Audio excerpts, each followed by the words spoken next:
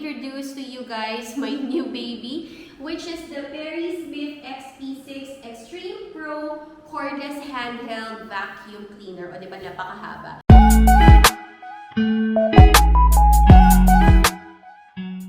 Hey guys! Welcome back to my channel, muchlovegracey, and for today's video, I will be doing an unboxing video. So yeah, so here's my new baby. Ayan, so actually guys, na-check ko na to nung December kasi nga in-open ko siya to make sure na kompleto lahat ng parts. Anyways, just to give you guys a backstory kung bakit tayo merong bagong vacuum, is last month, syempre Christmas, so iniisip ni daddy kung ano yung pwede niyang i-gift for me. So meron siyang mga choices like bag, clothes, shoes, makeup, ganyan.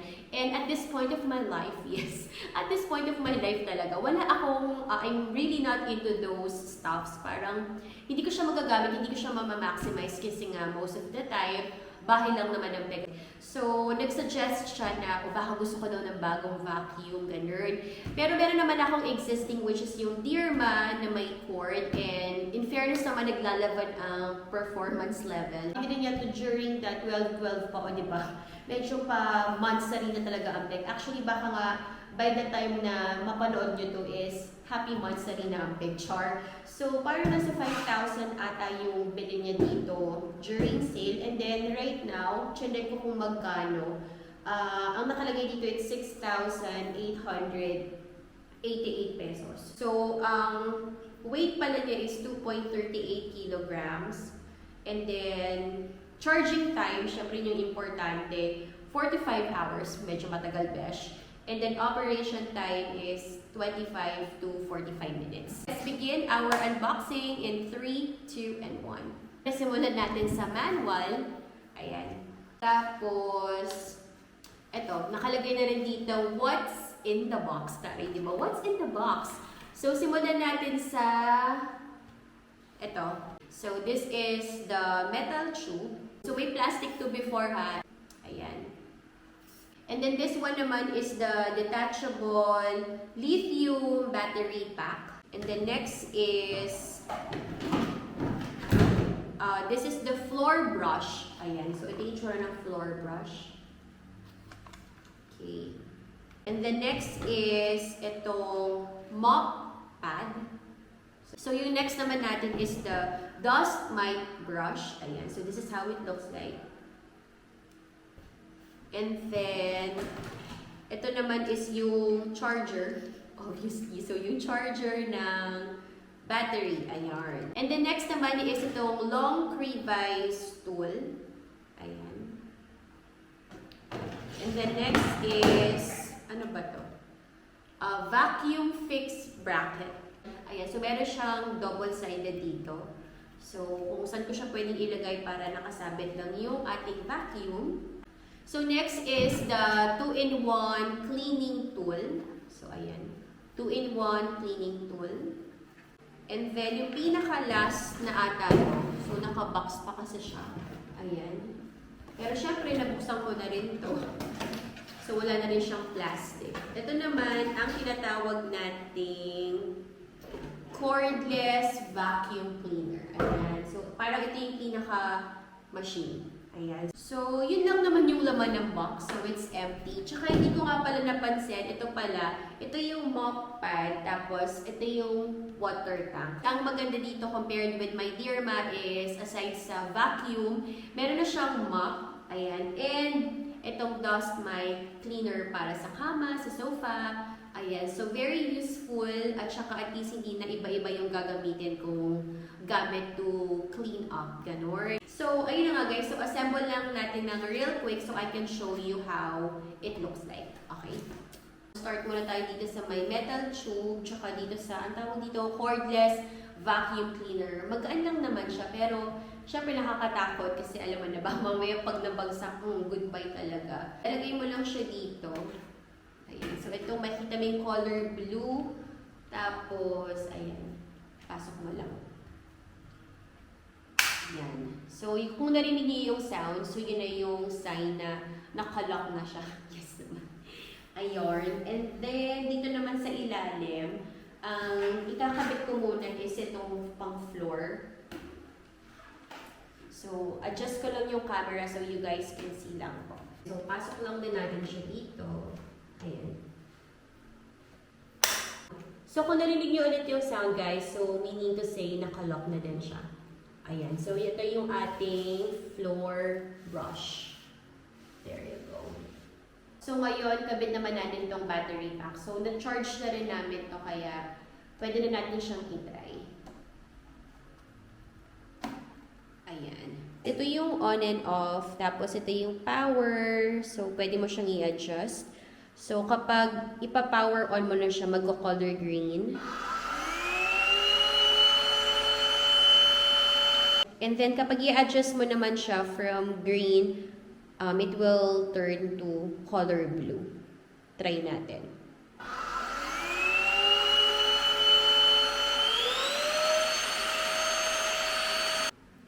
And then guys, papakita ko naman yung dito sa may floor cleaner, yung itsura niya kapag naka-power on. Kasi makita mo meron siyang ilaw. Wait lang. Let's try.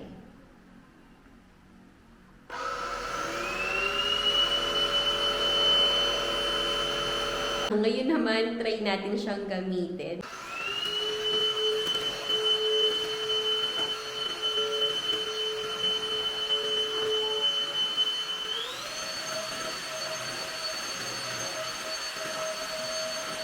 So far, ito yung mga nakuha niyang dumi from the floor.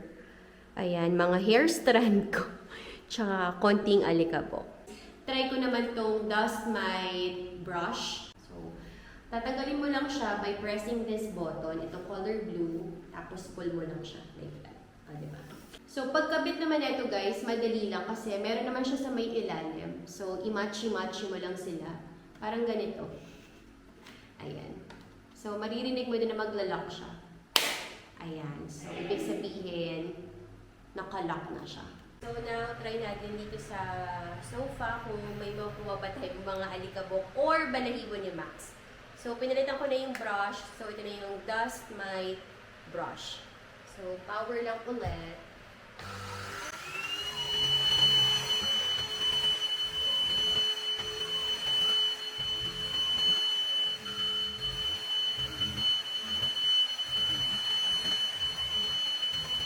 Nako ulit guys, nakakaloka kasi sobrang dumi niya.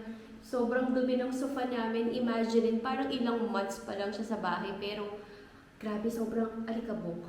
Ayan, kung nakita nyo guys, compared kanina nung nag-vacuum ako dito sa floor, sobrang konti lang niya. Anyways, konting area pa lang naman yun. And then, bago ako umakyat guys, nilagyan ko na rin ng water, itong water tank. So, try din natin itong mop. So, ito naman guys, very easy lang naman siya to use. Kasi ang gagawin mo lang is, ilalagay mo lang, wait lang, ang alikabok niya na agad. Ang gagawin lang is, ipapatong mo lang to dito. Ayan. So, meron siyang magnet eh. Ganun. Ayan. Tapos, pwede mo na siyang gamitin pang mop. Ayan. So, makikita na guys. Ayan siya. Ayan. Ayun na nga guys, so medyo na-struggle ang mom she kung paano siya nilinisan. Nahirapan pa akong i-figure out siya. Anyway, so yun. So first is, kailangan i-press mo to open this para lang matanggal mo yung ibang alikabok. So ganyan siya. So ganyan. Demo na lang kasi medyo natanggal mo na yung mga alikabok. So after that, pwede mo pala siyang linisin. Kailangan mo lang i-press to. Ayan, so press. And then turn clockwise. Ayan, so makita mo naman siya dito sa taas kung pwede mo na siyang tanggalin. So, kapag ganyan, ayan, pwede mo na itong linisin. Ayan. Tapos, after that naman, ito, pwede mo rin siyang tanggalin. Turn mo lang din. Like that. Ayan, o, diba? Okay. And then, ito, pwede mo siyang tanggalin and then pwede mo na siyang i-wash. Actually, sa manual, meron pang pwedeng tanggalin dito pero hindi ko siya ma-figure out ngayon. So, kapag may time ako, gagawa na lang ako ng separate video to show you kung paano siya lilinisin. So, there, ayan. So, pwede mo na siyang linisan. Ayan, pwede siyang basain. Ayan. And then ito, syempre, hindi na. Ito guys, pwede rin siyang linisin. So, detach muna natin itong tube. Ayan. So, press mo lang yan and then pull. Ayan. Tapos dito naman, may nakalagay naman na sign, lock, tapos unlock. So, kapag i-unlock mo siya, pull mo lang siya pataas. And then, ayan, open mo na siya. Ayan. Tapos, pwede mo nang tanggalin ito. Ganon. And then, pag okay na, balik mo lang ulit. Ganyan. And then, ilalak mo na lang siya ulit. Ayan. Ayan. So, may sound siya. So, meaning to say, nakalock na siya. So, let's say for example, tapos ka na maglinis. So, ibabalik mo na siya ulit. And then, para alam mo kung ano yung nasa top and bottom. Kung ano yung merong red ribbon, yun yung nasa top. Ayan. And then, dito na siya ulit. So, ikot mo lang. Ayan.